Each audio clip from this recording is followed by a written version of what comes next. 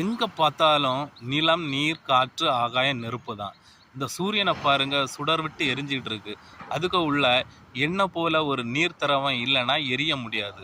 இந்த நீரை எடுத்துடுங்க, அதுக்குள்ள ஒரு நெருப்பு இல்லைன்னா இந்த கடல் அலை அடிக்க முடியாது, நமக்கு நீர் இல்லை. அதே மாதிரி காற்றை எடுத்துக்கிடுங்க, அந்த சூரியனும் இந்த தண்ணீரும் செயல்படாமல் காற்று வெளிப்படாது.